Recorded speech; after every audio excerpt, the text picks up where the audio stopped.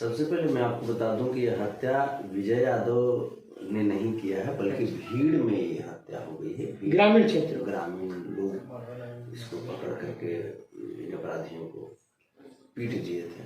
हालांकि हिंसा कभी भी गलत है, हिंसा का मैं सपोर्टर नहीं। अच्छा, और एक लाइव आकर कोई सुधीर सिंह है जो राजपूत समाज से बिलोंग करते हैं, बोल रहे हैं कि पावर ऑफ कब देखो, बोलो कुछ लाइव ऐसा ही कह के बोला था। ये देखिए, ऐसे ही लोग समाज को भड़काते हैं। अच्छा, समाज को भड़का करके व्यक्तिगत जो झगड़ा है, व्यक्तिगत झगड़े को जातीय दंगा में परिवर्तित कर देते हैं।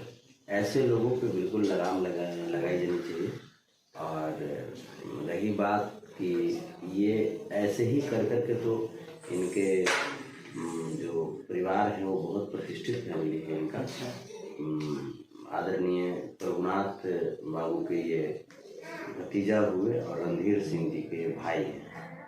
ये वही प्रभुनाथ बाबू जो सांसद हुआ करते थे आरजेडी में, और लालू प्रसाद यादव जी के काफ़ी करीबी माने जाते हैं आज भी।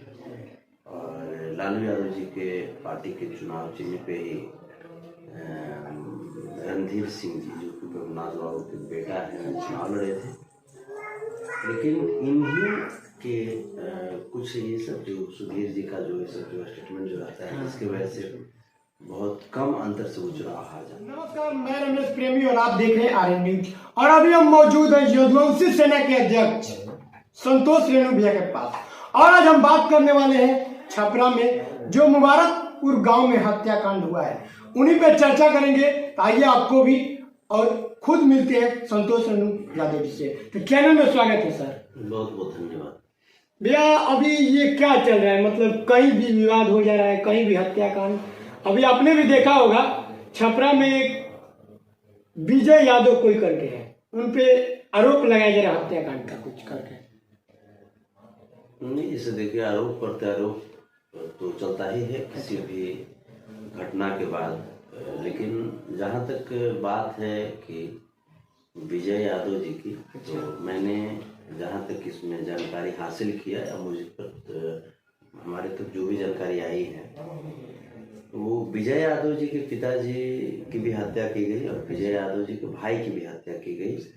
और जो मेरे तक जानकारी आई है, उस जानकारी के तहत इस बार विजय यादव जी की हत्या की भी कोशिश की गई थी इन लोगों के द्वारा, जो खास करके जो अपराधी जो गए थे वहाँ पे। तो वहाँ पे इसके पश्चात तमाम जो लोग थे गांव वाले, वो लोग उनको पकड़ लिए और पकड़ करके मारने पीटने लगे। और उस दौरान हीट ऑफ मोमेंट हुआ और उस मारपीट से मौत हो गई इन अपराधियों। अच्छा भैया, जहाँ तक ये विजय यादव जो हत्या किए हैं 3 लोगों का, जिसमें तो 2 लोग काफी गंभीर रूप से घायल है, एक की मौत हो चुका है, कहाँ तक ये सही है? सबसे पहले मैं आपको बता दूं कि यह हत्या विजय यादव ने नहीं किया है, बल्कि भीड़ में ये हत्या हो गई है। ग्रामीण क्षेत्र, ग्रामीण लोग इसको पकड़ करके इन अपराधियों को पीट दिए थे। हालांकि हिंसा कभी भी गलत है, हिंसा का मैं सपोर्टर नहीं। अच्छा, और एक लाइव आकर कोई सुधीर सिंह है जो राजपूत समाज से बिलोंग करते हैं, बोल रहे हैं कि पावर ऑफ कब देखो, बोलो कुछ लाइव ऐसा ही कह के बोला था।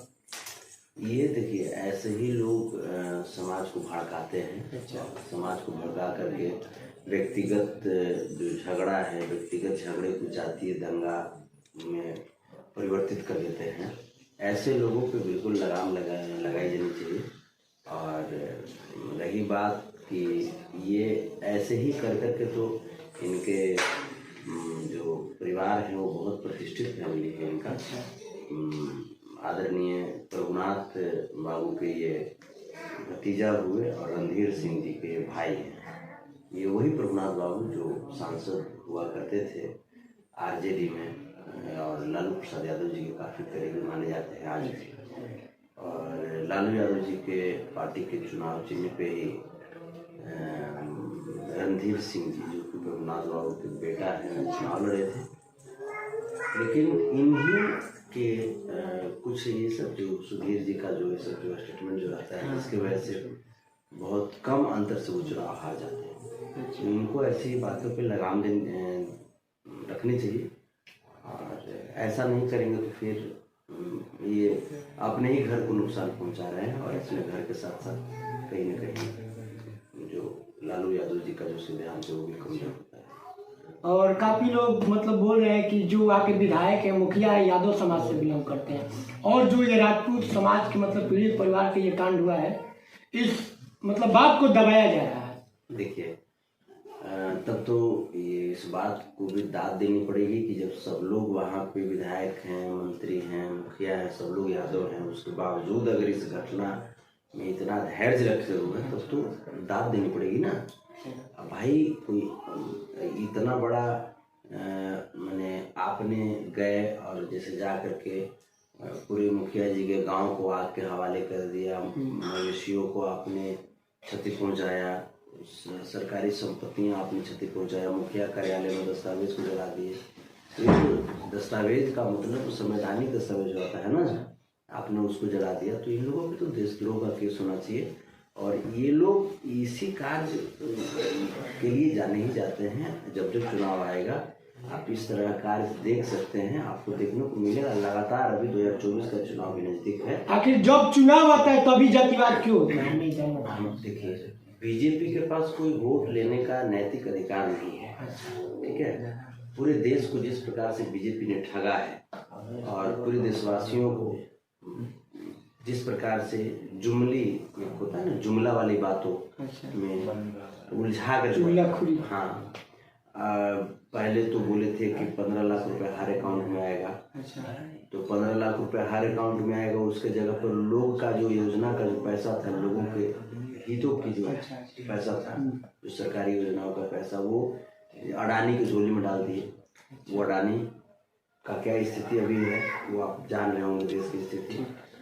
उसके बाद बीजेपी वालों ने कहा कि हर एक वर्ष हम 2 करोड़ की नौकरी देंगे, तो 2 करोड़ की नौकरी बीजेपी वाले बोले थे देने के लिए, वो बोलने लगे अब की जाकर के पकौड़ा तलो, चाय बेचो, है। तो ये उनका नौकरी देने का तरीका हुआ है। अब उसके बाद देखिए बीजेपी वाले बोलते हैं कि हिंदुस्तान पाकिस्तान, हिंदुस्तान पाकिस्तान। तो देखिए कि आज तक पुलवामा हमला किसने किया, किसने करवाया, ये बीजेपी वाले आज तक इसका रिपोर्ट नहीं दिया। जनरल बिपिन रावत का हेलीकॉप्टर कैसे क्रैश कर गया, इसकी भी जानकारी आज तक देश के सामने नहीं रखी गई।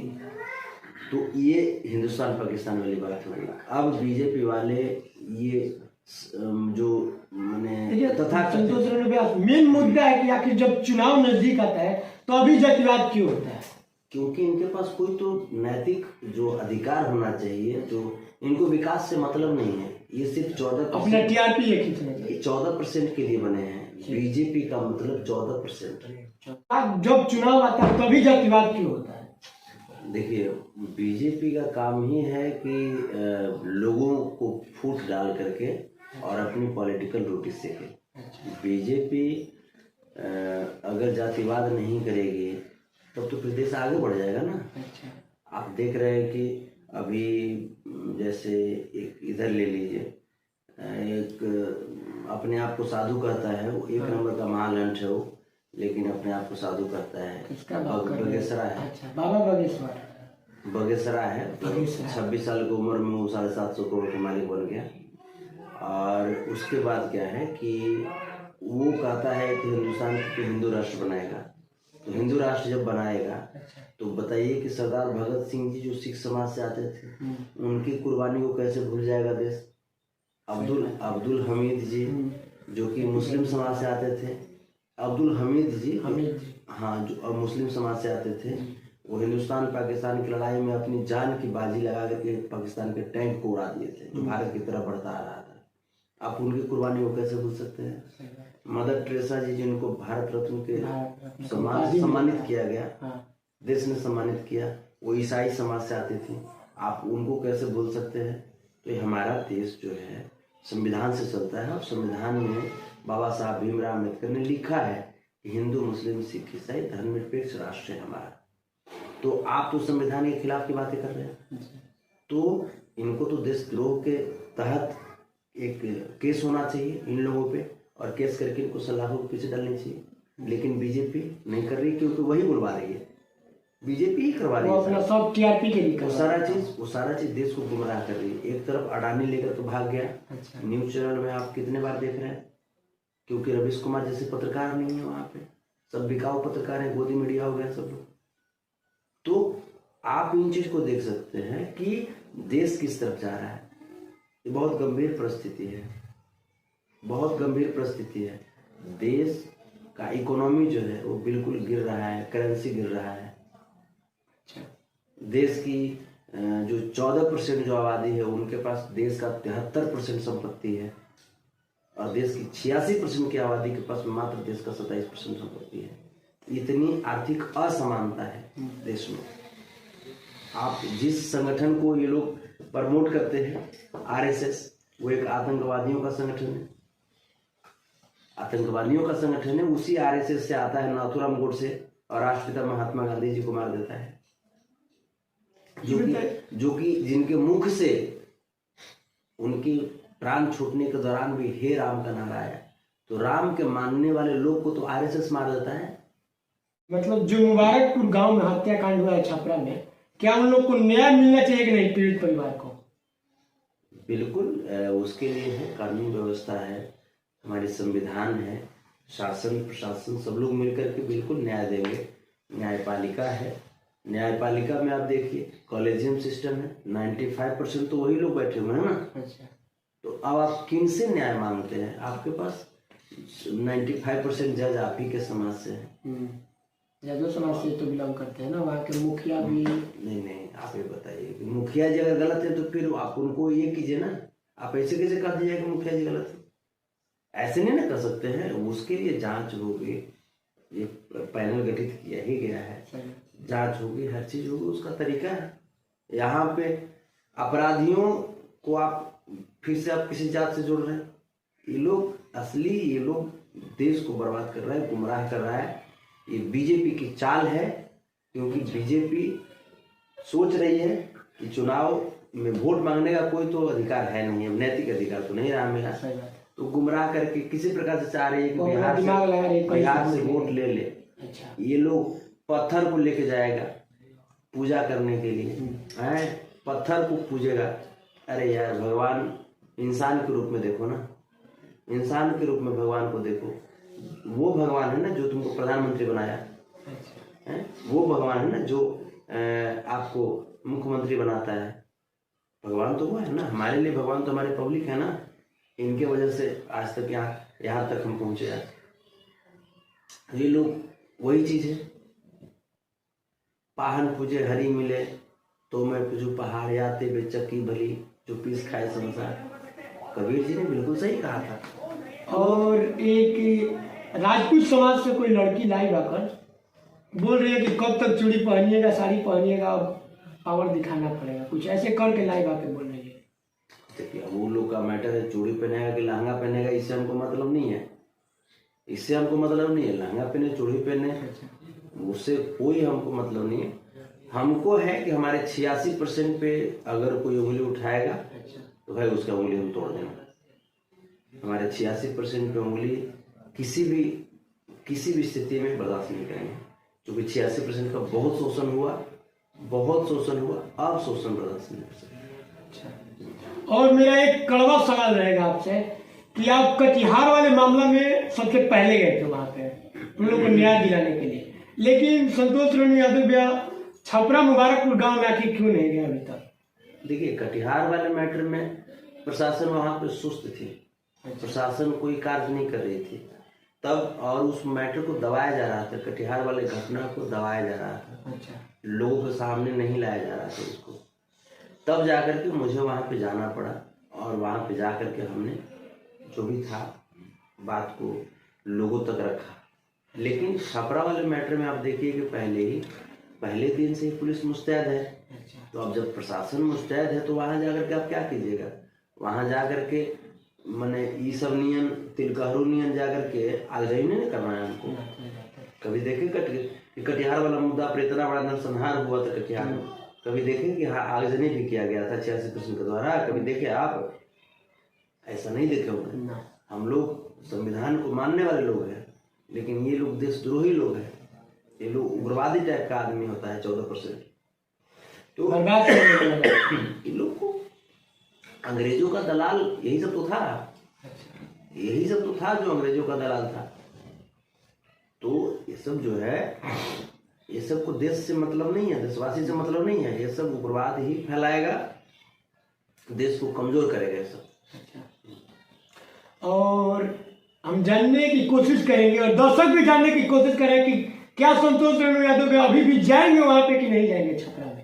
बिल्कुल जाएंगे भाई। तिलकहरू लोग गया, तिलक चढ़ा के गया है तिलकहरू लोग, तो बाराती लेके तो हम आवे ना करेंगे। जाइएगा तो बाराती लेके कब तक जाइएगा, दर्शक भी इंतजार कर रहे हैं। अभी तो मान लीजिए प्रशासन की अपील है, सरकार की अपील है कि अभी वहाँ पे नहीं कोई लोग आए, तो हम शासन प्रशासन और संविधान को मानने वाले लोग हैं, भरोसा रखते हैं हम लोग। तो जब तक कि वहाँ मान लीजिए कि प्रशासन की तरफ से ग्रीन सिग्नल नहीं मिल जाता है, तब तक जाना उचित नहीं है, क्योंकि शासन प्रशासन जो है उनका सम्मान करते हैं। चलिए, बहुत बहुत धन्यवाद।